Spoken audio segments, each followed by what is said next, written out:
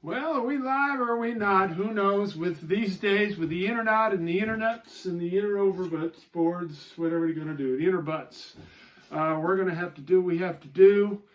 GrumpsTV here for those of you that can't see us, and for those of you that can, sorry. Let's get started, kids. You're sure looking lovely, but we'll talk about that in a second. Hope they can see us. Hope they can hear us. I'll stick my face really close later. Okay, so we're gonna need your phone too, because there's gonna be call-ins for sure. For sure. For sure. For sure. I'm positive. Oh, for sure. Yeah. Okay. Okay. Okay. Don't try to cross him; he'll leave you with dismay. And don't try to cross him; he'll ruin your whole day. He's got more mental problems than a shrink could ever say.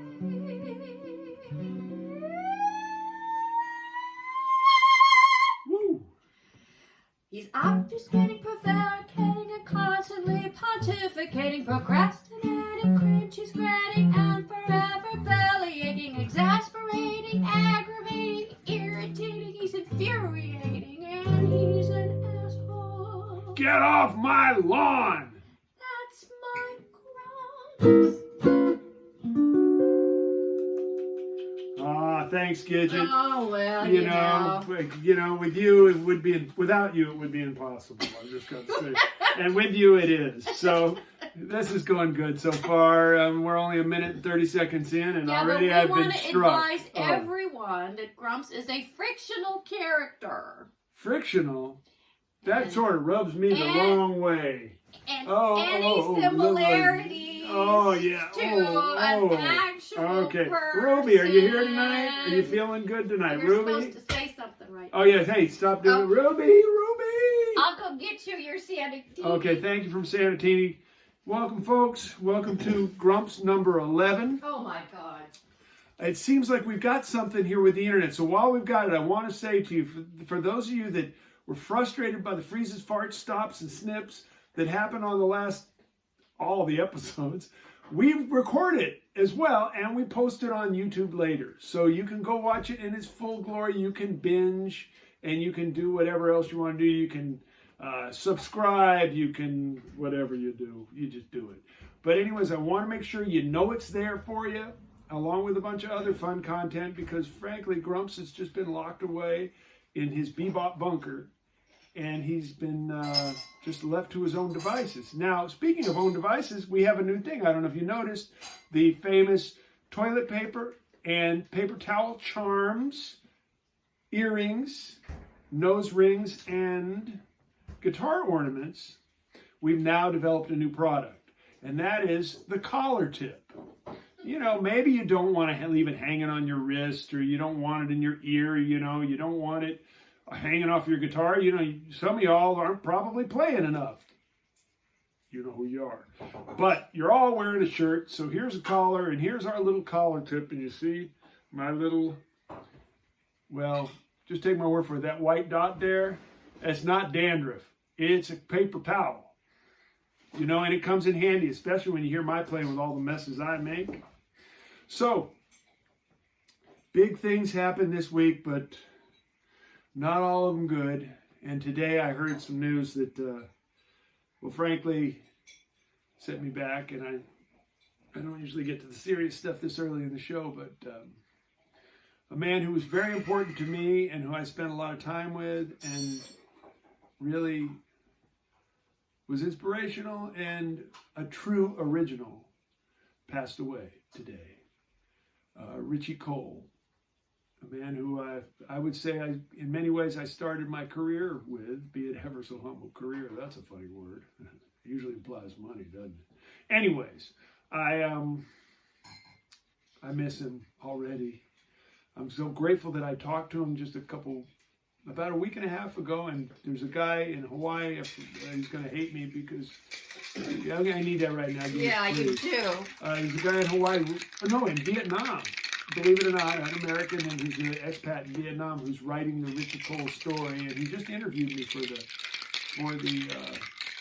the book. So please keep your eye open for that. But for those of you who don't know who Richie was, you might want to Google him or check him out on YouTube. We had a lot of fun crossing the world. let me tell you, I was probably 21, and I was playing in a club with Vince Latiano and Jerry Gilmore. We had a trio with just tenor sax, guitar, and drums. And lots of cats always came and sat in. And Richie was just coming through town. He was like a barnstorming guy, always rode in his van all around the country, Alto Madness. And he came into our gig and sat in, and we played a couple tunes, and he walked up to me and he said, "You sound like Sonny Stitt on the guitar," which was a really big compliment. And he says, "I'm playing this gig Sunday. Why don't you come down and play it with me?" So I did, and we really hit it off. Of course, I got his records, and he'd had Vic Juris in the band at that time on the East Coast. And there was a lot of cool guitar and alto. Guitar and alto playing unison or harmonized lines sounds so great. And so I learned a bunch of that stuff, and we played and had a great time. And he's just such an amazing musician, entertainer, one-of-a-kind personality, crazier than shit. And believe me, he's like Rasputin. We've heard that he was going a lot of times, and he didn't. This time it appears to be, unfortunately, the truth. Richie had a very storied career. We kind of hit it big. I mean, we were playing all the Village Vanguard 3-4 times a year, traveling to Europe with all the George Wein festivals. We went to Japan 4 or 5 times when I was in the band, all around the world. And one of the biggest things, he was a generous, spirited human being. I was just joining the band. I was like 22, barely 22, and he was going to Europe to play in Paris. And I said, "Man, I've never been to Europe. I'd love to go there." He says, "Well, come on, do the gig with me." So I got on the plane. We went and we played a week in Paris with a French rhythm section, Berlin rhythm section. And I got to live on a houseboat on the Seine because a friend of his lived there. And Chan Parker, Bird's widow, stayed on the boat with us. She knew Richie real well because she had been married to Phil Woods, and Phil was one of Richie's mentors.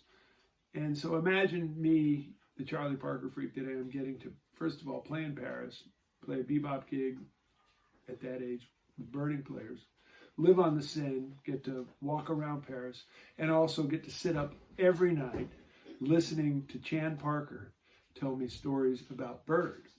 And actually, if I can get Gidget to do I don't think she can. I'll do it next for the next show. There's an amazing coffee table book about Bird called To Bird with Love, and you can Google it. That was being made right then in Paris with her and a guy named Francis Poudra, and it has all of his like old telegrams and pictures, contracts from his gigs. So you can imagine what a fantasy this was for me, and what a incredible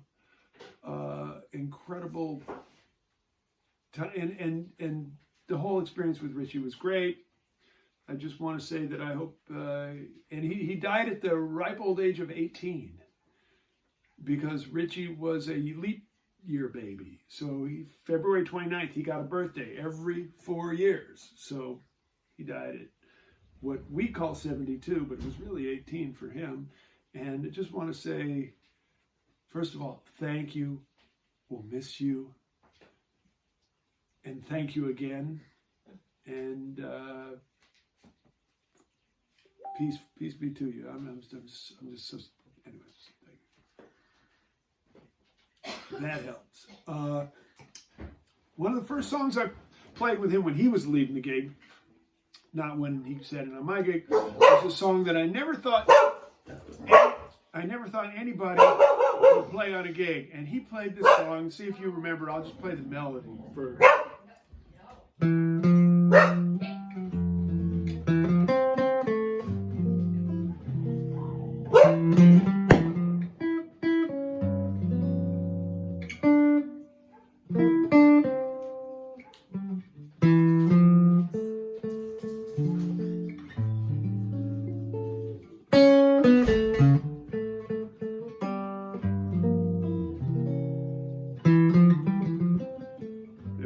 remember this?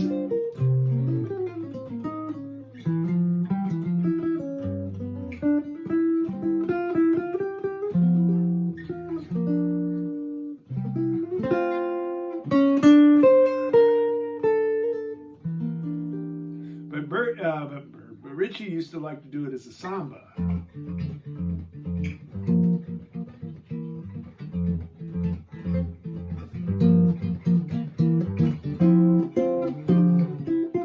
Oh, I haven't played this in 40 years.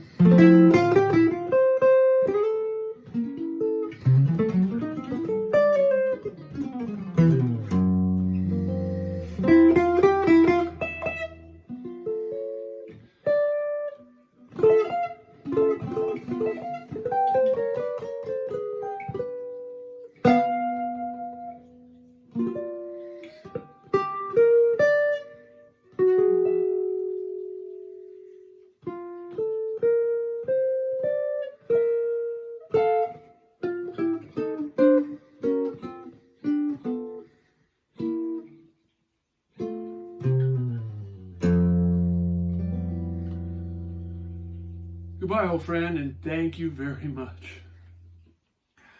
Wow. I'm not used to getting this emotional ever, much less this early in the show. Folks, Gidge, will you come back and save? I'll have to pour myself a little drink first. Gidge gets to get a drink first. Was that the theme to I Love Lucy? That's the theme to I Love Lucy, and yes, that was, as soon as Richie started playing that tune, I said, oh, I like this guy. He's got the same sort of wildness and favor.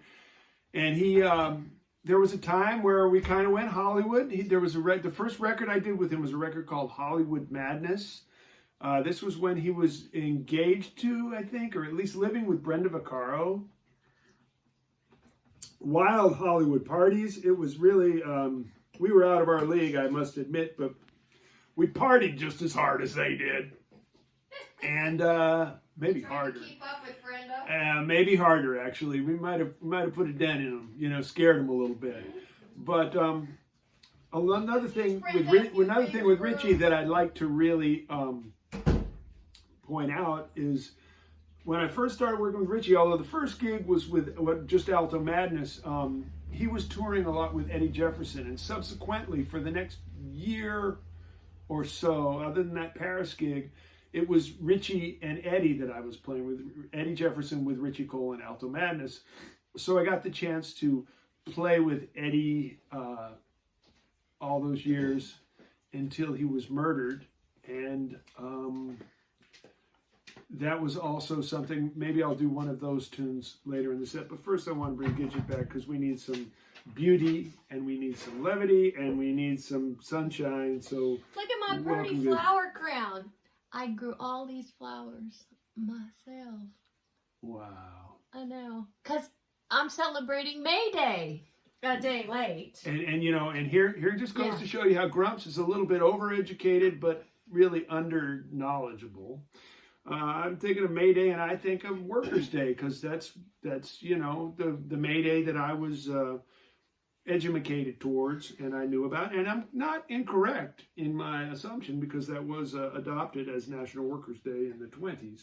However, long before that, May Day had a different significance, which Grumps must have missed that day at school, and since he didn't have a family that did things, I was basically hatched and kept in an incubator until they put me in a bunker. That explains so much, and that's why I'm so comfortable right now in my bebop bunker, and why I'm driving her crazy because my blinking is just too loud for her. You know, sometimes. And anyways, tell us about your May Day. Well, my May Day experience as just a little child in elementary school, like first grade, maybe second grade, in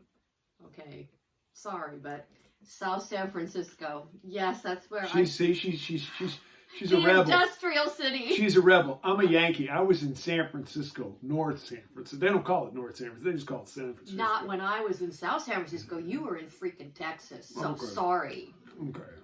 Okay. Just saying. Okay. Second grade. You know what happened when we were in second grade, honey? Yes, I do. Okay. Everybody else does too. Now they all know how old we are.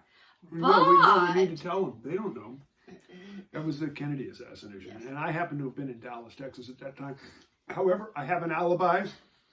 There were like 23 other kids in the classroom. They were looking at me really funny though for a while. Who wouldn't? But anyway, when I was a kid in our school in South San Francisco, the industrial city, and the Dixie, name of, we called it Dixie when I lived in the name of my school is even worse than South City. Bury. Bury. It's like I had that once, but I know. Isn't that a tropical disease? But we celebrated May Day. We put on a whole pageant for the parents. We had different classes did different things. We did an actual maypole dance. We were all dressed up. We did flower dances and. So it's a spring celebration. It was a lovely spring celebration on May Day. But the other thing, my mom was into May Day too. And as, again, about that same age, maybe even younger, like kindergarten, I remember getting little Dixie cups. And I'm going to get emotional now too because this is so dear.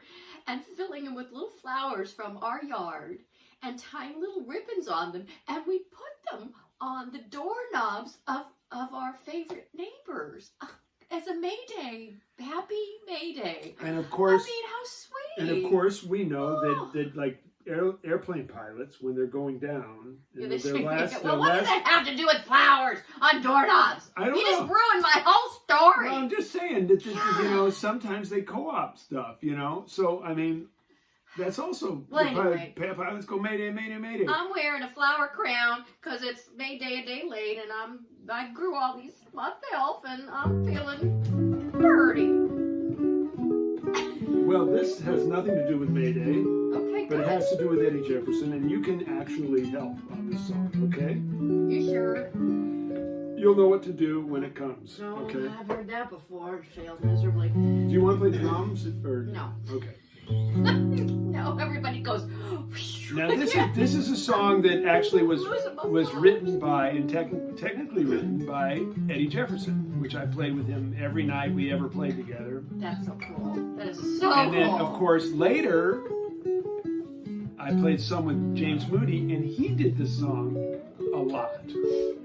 And then later, or maybe around the same time, earlier and after, but a lot more, I played with Red Holloway. And he sang this tune. I know where we're going. And dig this, as in my band Cowbop, I started doing the tune myself. And a dear friend of ours, Peggy, was helping take care of Red as he was in his final days. And what a sweet woman she is. Thank you, Barbara. And Love her. yep, and she told him that I was singing the song. And I kind of put my own spin on it. And she said that he said, good, it's good that somebody, one of us is doing it. You know, he was like, he gave me his seal of approval. Yay. Of course, he never heard me do it. Maybe he changed his mind. But here we go. A long time ago, an old cowpoke named Spears. He returned to the ranch after being on the range 3 years. 3 of them. His wife said, welcome home, dear. But since you've been gone, you see, we've been blessed with a darling baby, and a cute little boy is he. She took the baby in her arms, and she said, Benny is his name. He said, darling, I've been gone away 3 years. Can't you please explain, so I won't be so dumb? Tell me, where did little Benny come from? Ooh. And every time he'd ask, she'd say, Benny's from heaven. his face got red, but still she said, Benny's from heaven. he went and asked the neighbors who live around, but no one can seem to remember Benny coming down. And then he said, about a little thing like this, I ordinarily wouldn't bother. But one thing I know about children, they've got to have a father. And as I look at Benny, No, I'm better this I way. can plainly see Benny must be from heaven, 'cause he damn sure ain't from me.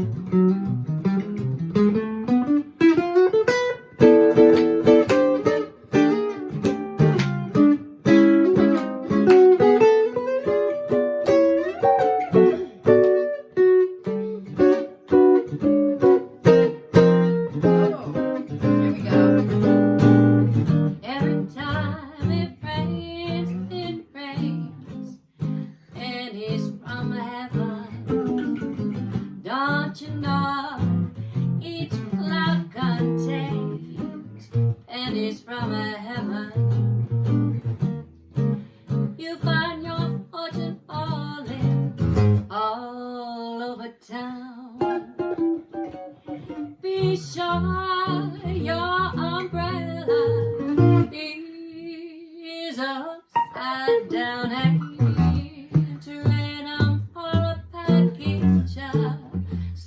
sunshine and flowers.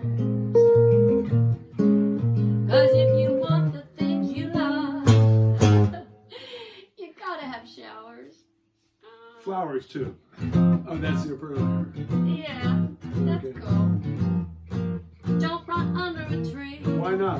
There'll be pennies from heaven Big time. for you and me.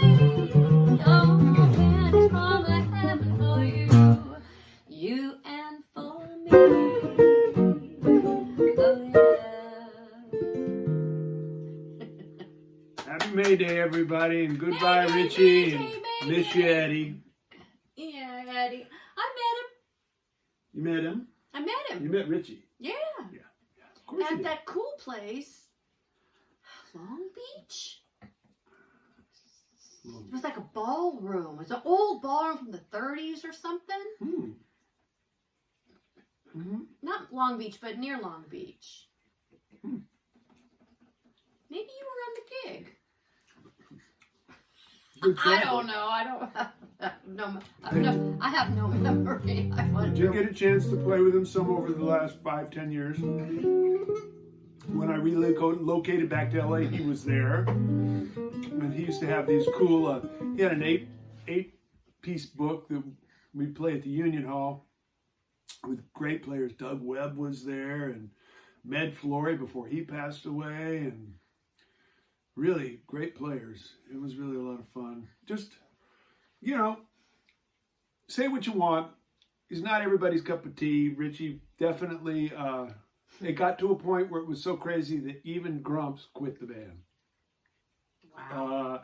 There were times where it went in a direction that I didn't want to go. But as a side man, I gave him 100% every day I was on that gig. He deserved it. He was paying me. He treated me great.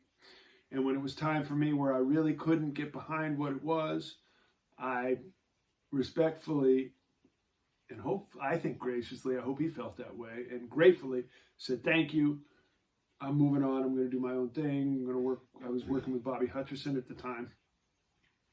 And, but all I can say is, it might not be your cup of tea. It might be.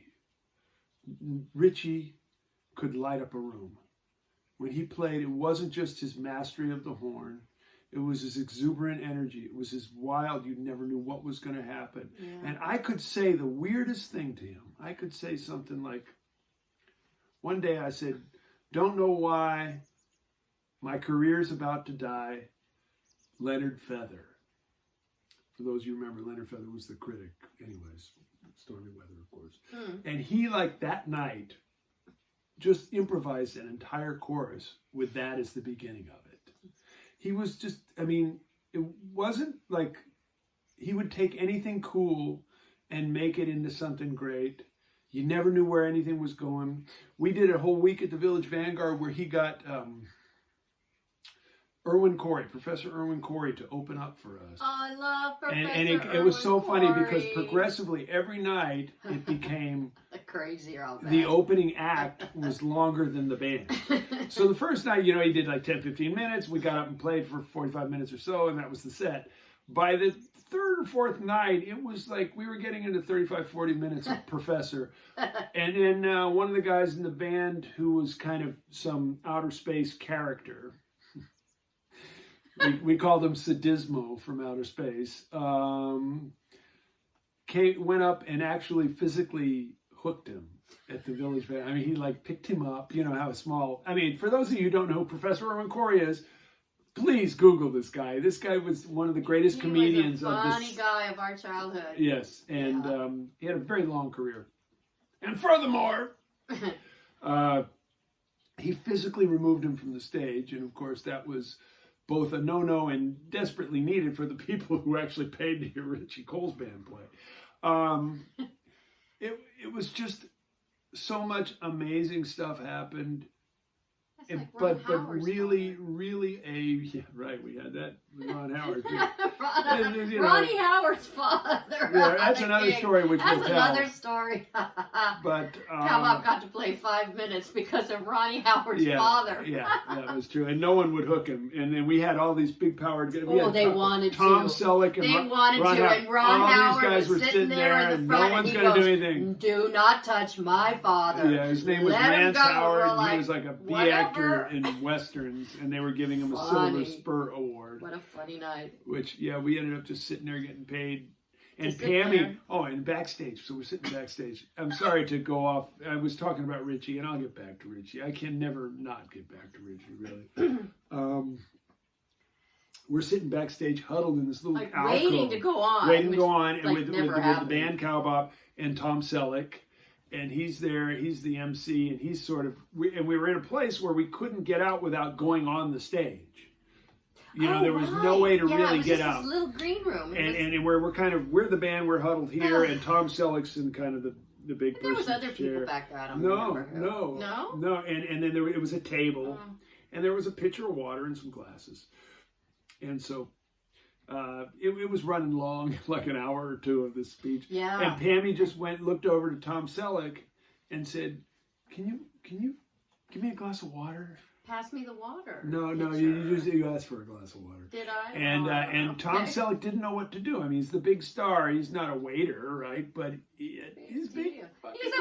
He's a goddamn human being. Yeah, and he's he's Mr. Cowboy Man, and he's right? next to the water, but and I'm over here. I saw that hesitation of, yeah, this is not in my contract kind of vibe. And I'm like, oh, yeah, all the cowboy shit is really a fucking bullshit, because a cowboy knows he's going to get a woman and a horse a drink of water. That's never a question. Woman and a horse. In that order. Thank you. I think, and the dog is probably right in the middle of all of that. And I'm old enough to remember, speaking of that, when it was cool, when it was better to have skinny horses and fat women. Think about that. Oh, times have changed. Times have changed, haven't they? Just saying. Now back to I'll Richie. drink to that. Back to Richie. He was I did get the water from him, slightly grudgingly at but first, she and then got he the water. kind of Then he like kind of went, oh, wait a minute, and he acted the great part of the wonderful gentleman. It was There we funny. go. There we go. And then what's her name was going on about Mrs. Partridge, Shirley Jones. Oh, Shirley Jones was there too, right? Shirley Jones, and she kind of, Yeah, it's okay. I loved Shirley Jones, but she kind of disappointed us a bit. I won't say why. Okay. Anyways, back to Richie. He was an original, and like, I think back of all the really great musicians I've ever known, and the ones I admire. I mean, think about it. Louis Armstrong. You look at a picture of that man, you listen to 2 seconds of his music, you read about 5 minutes of his life, and you know that is, you put that in a time capsule, and people will know what jazz was about. Thelonious Monk, an original, brilliant, did everything his own way. Duke Ellington. These people, to me, are the archetypical people to look up to, and to actually every day when I check my own stuff out, like I look honestly in the mirror, I judge myself against that criteria. Obviously, that shows why I'm so pissed off all the time. But Richie Cole was a person like that, who had so much don't give a fuckness in him. That's a beautiful thing. And yet was such a badass. And I'll tell you another little story, and you guys are all turning this off because this is all just, Grumps going down memory lane. I've got some ants I have to let out. I would like to have a little more Sanatini, Sweet Gidget. Already? Yeah, thank you. Well, okay. Just bring the shaker and some olives. Okay. I ain't gonna let go of this while I'm waiting for that. Okay. Anyways, dig this. The Berkeley Jazz Festival. And the Berkeley Jazz Festival was a huge jazz festival. It was in the Greek Theater a lot of people. I don't know how many people there. 500,000, 2.5 million. I don't know, 10, 15. I don't know. There's a lot of people in this huge Greek theater. And I was playing with Richie Cole and Alto Man. This was after Eddie had died. The opening band was Robin Ford. I remember, I'm pretty sure Dizzy was the band after us. And then Joni Mitchell finished the band with Herbie and Jocko and Pat Metheny. And so I was probably 22 or 3 or 4 at the time. And I'll just got to be honest with you, I've always been a huge Robin Ford fan. When I was a kid growing up in San Francisco, Robin was from Northern California, and he played a lot with Jimmy Witherspoon. And then when he started his band, which later became the Yellow Jackets, was the Robin Ford band with my friend Russell Ferranti, who I was lucky to grow up playing with, and got to have him on some of my records too, or at least one. So Robin's band was going first, then us, then Diz, who I'd actually had the opportunity to play with and would play with later, and then Pat Metheny with Joni and Herbie and Don Elias and Jocko. And I was a bit just fucking intimidated because Really? and I went to Richie and I said to him, man, this is like heavy. He says, what? I said, man, we're playing after Robin Ford. And he looked at me and he said, no, he's playing before you. Ooh. Richie just like said, you know, like which what he was really saying to me was grow a pair of big boy pants or big boy whatevers and get up there and do your thing. And there was this tune that we used to play that I wrote, a tune of mine that we played that starts off with like a real guitar thing. And it's kind of, it was like a samba. I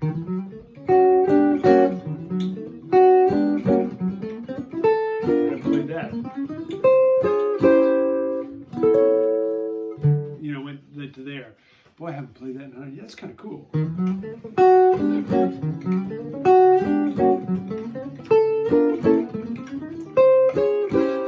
I like that. I got to remember that. Honey, will you remind me about that? Yeah. Anyways, he went up and in front of all of my people after Robin Ford has just literally flame-thrown the whole place. He told me, I think about 20 seconds beforehand, we're going to open with your tune. Just start it off. Really? Oh my God. Yeah. And I mean, Woo, think baby. about that. I mean, that's a man who not only cares about his people, but knows how to make sure that this music continues. And I have tried my whole life. Luckily, I've been able to do a bunch of teaching and mentoring to a bunch of people. I know this is a strange one. Usually these podcasts are these TV shows are all about fun and comedy, and I'm just, but I mean, it's been a heavy day. Anyways,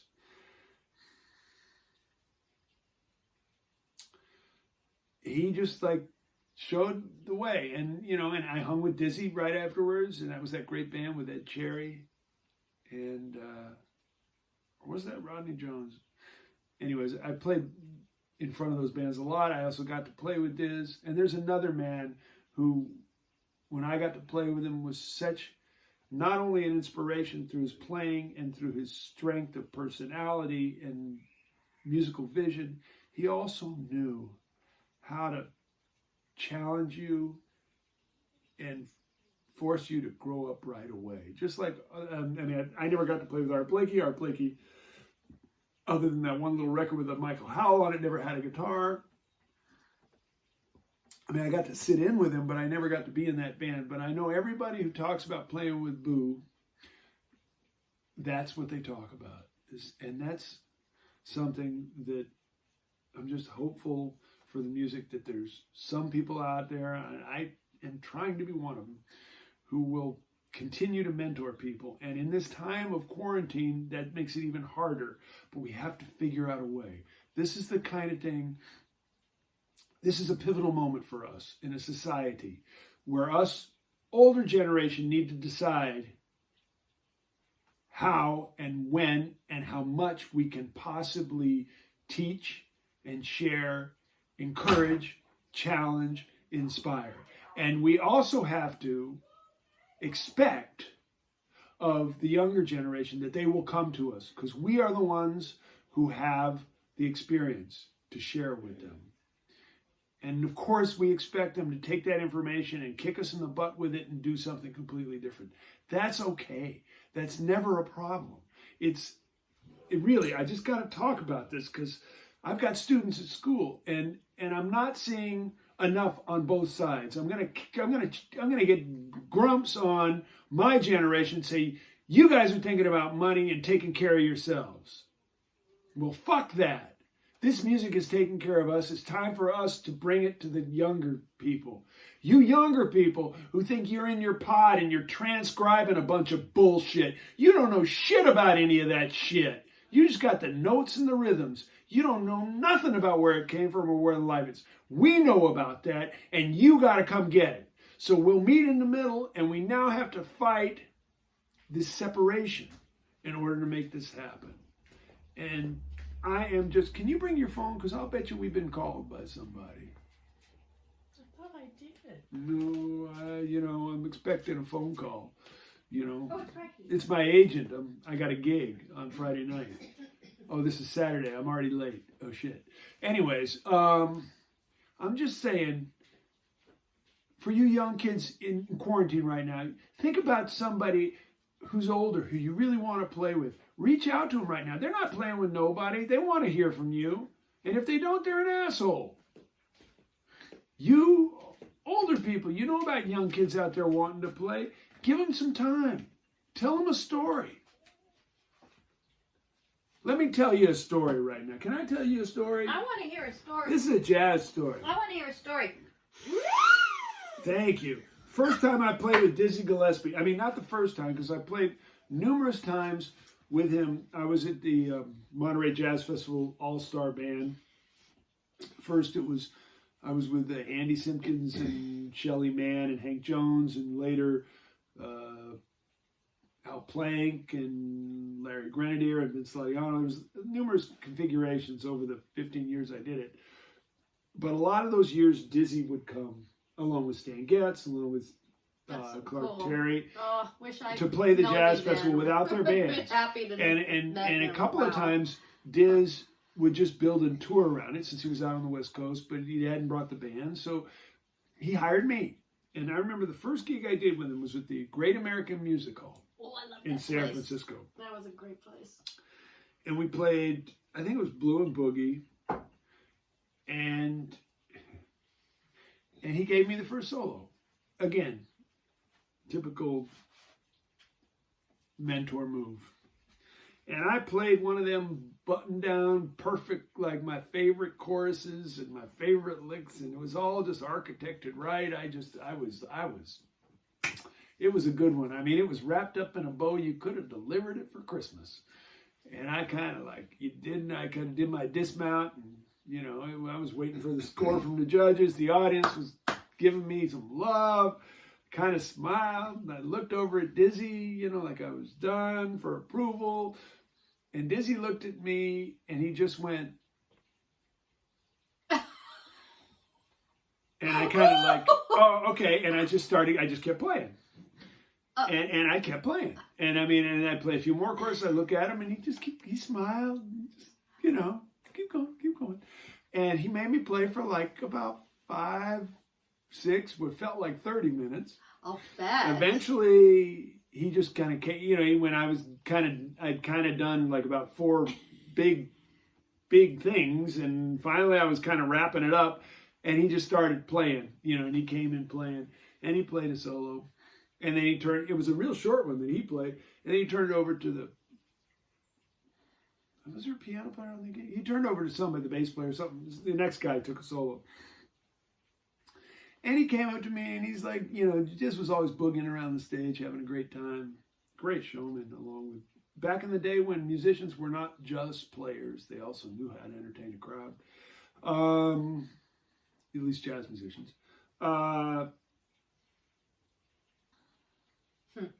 So he's sitting there and he's just boogieing next to me, and I'm comping for whoever's playing. And he says under his breath, he says, I just wanted to hear what you sounded like after you ran out of shit. He knew, Cool. my little buttoned up pretty bow with a solo that I wrapped up for a Christmas present. He knew that that was all worked out shit. It wasn't. That wasn't jazz. No. And he wanted to know that guy was going into battle. He was taking me on the road for a couple weeks. Yeah, he knew. He wanted to know who he had, yeah. and he needed to know who he had fighting with him. Smart. And so, he let me go, and I just kept coming up, and it was the biggest lesson. It's like, wow, this is what this is about. And getting to hear him play and to realize how much more he had together, and yet at the same time, he was living on that same edge that the person who's experiencing this music for the first time lives on. That's some deep shit, folks. I mean, I don't know, you might have come here for something else, but this is what you're getting. And the funny thing... Tonight, this is what you're getting. The funny thing is I don't think we've had one drop or snort. Of course, we could be off the air by now, and I wouldn't know it. But it's looking to me, I have not seen freezes or nothing. I don't know, maybe... We don't see them. Oh, well, maybe the check cash. I don't think we... Maybe the upgrade finally happened. What upgrade? And I want to tell you, everybody told me to use... Green Acres, there's no upgrade. Everybody told me, you want the fastest shit? Move. Get the hell out of there. You want the second fastest shit? Move even farther. Yeah. I'm not moving from here. It's so pretty. We fought the winter. We fought the rats. We fought the gophers. We fought the possums. We fought the polecats. For those of you who don't know, a polecat is a... It's a skunk. Now. We've dealt with, you name it, we've dealt with it. Oh my God. Do a free verse rap about the country. I'm not a rapper. Okay, just do a free verse poem. Green Acres, it's the place to be. Farm living, it's the life for me. Land, it's spreading out so far and wide. Keep the city, just give me the countryside. Now it's your turn. Oh, really? Yeah, You did one that was ready-made. Well, you could do the other ready-made part and just be... I don't know that part. Okay. Oh, come on. Yes, you do. You don't know Ava's part? Darling, give me fuck off. No. She goes, no, New York is where I'd rather stay. I get allergic smelling hay. Achoo! I just adore a penthouse view. Darling, I love you, but give me Park Avenue. I have a guest appearance by everybody's favorite girl. Oh, we should have named you Jaja. Come on up here. Come on up here. She's like, no, she's being shy. Come on. Oh, there's a baby.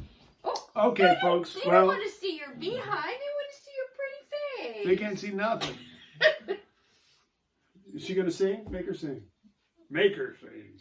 When I'm calling you,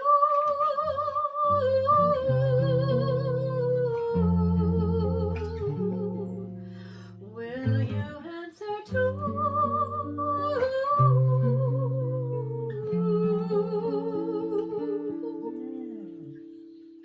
That means I offer my love to you. To be your own.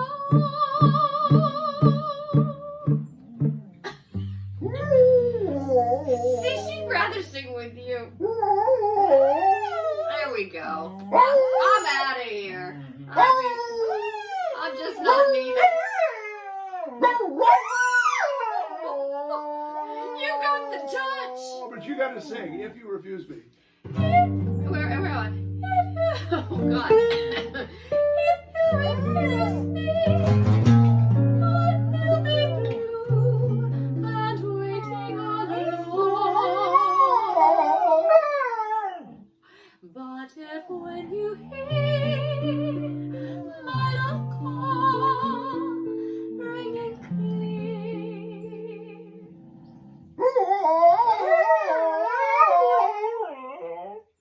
and I hear your lyrical answer so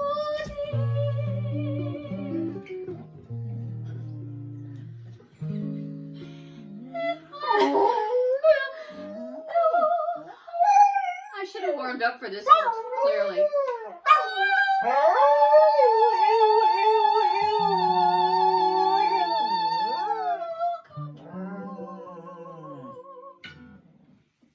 You belong to me. I belong to you.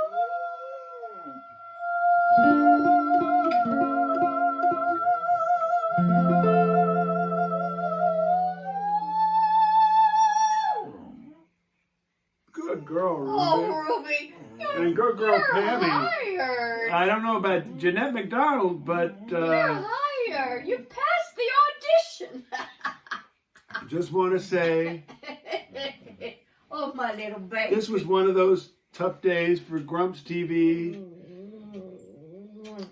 Just want, What would hey, we do you know, without this our is Ruby honesty. Doobie? This is honesty. I'm not going to, you know. I would tell a joke right now, but it would he's just feel sad like I about was bullshit. Richie. So, you know.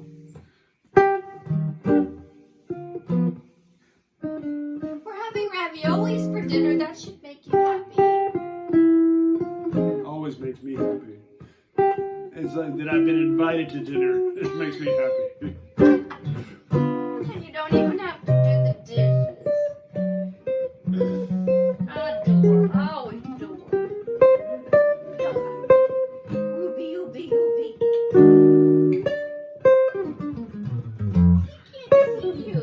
Your face.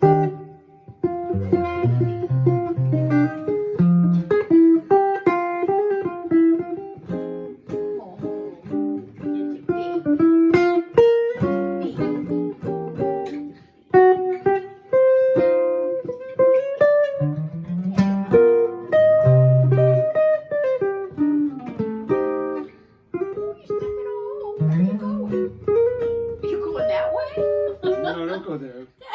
Don't go that way. Ruby, come this way if you need to I'll leave. be seeing you in all the old familiar places. That is hard. Don't go there. Don't go there. No, no, no, no, no, no, no, no, don't go there. Don't go there. Don't go there, honey child, honey dog. I'm telling you, don't go there. Don't go there. Anyway, I know you're thinking about it, but don't go there. Wagon a mile a minute. Don't go there. And that children's carousel. The chestnut trees. The wishing well. I'll Oh, be you can see seeing your ya. tail. And every lovely melts summer's your day. heart. And everything that's light and gay. I'll always think of you that way. I'll find you in the morning sun. And when the night is new, I'll be looking at the sea. Oh, but I'll be But I'll be mooning mooning you. you. Oh, my baby. You know this song? Hers. What key you like it? I have such a cough. It's not what you think. I bet you could do it in A. I have allergies and I have this terrible cough. I'm so I can't sit right now.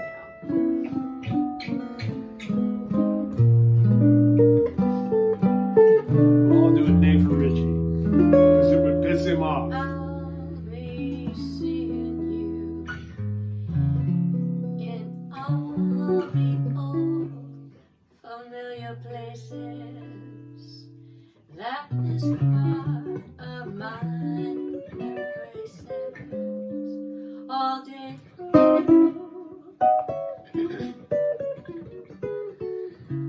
In that small cafe, the park across the way, the children's carousel, the chestnut trees of wishing well.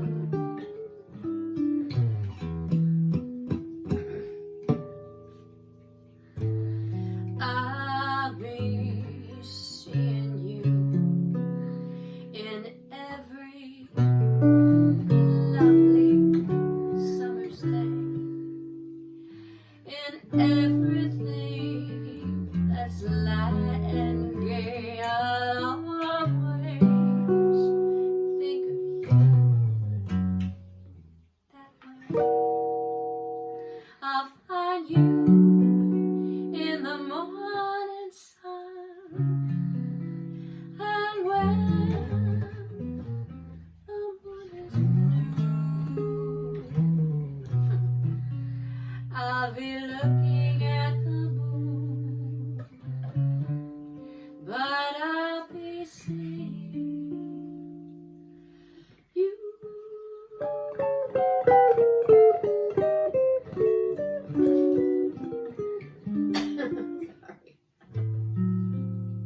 Oh, it's the most beautiful song. I wish I could do it justice today. Can't do it today. Just Some want other to say day I'll be better. good night, everybody. Be good to yourselves. Be good to everybody around you. Call the people you love and tell them you love them, because they may not be here tomorrow. Tomorrow ain't promised.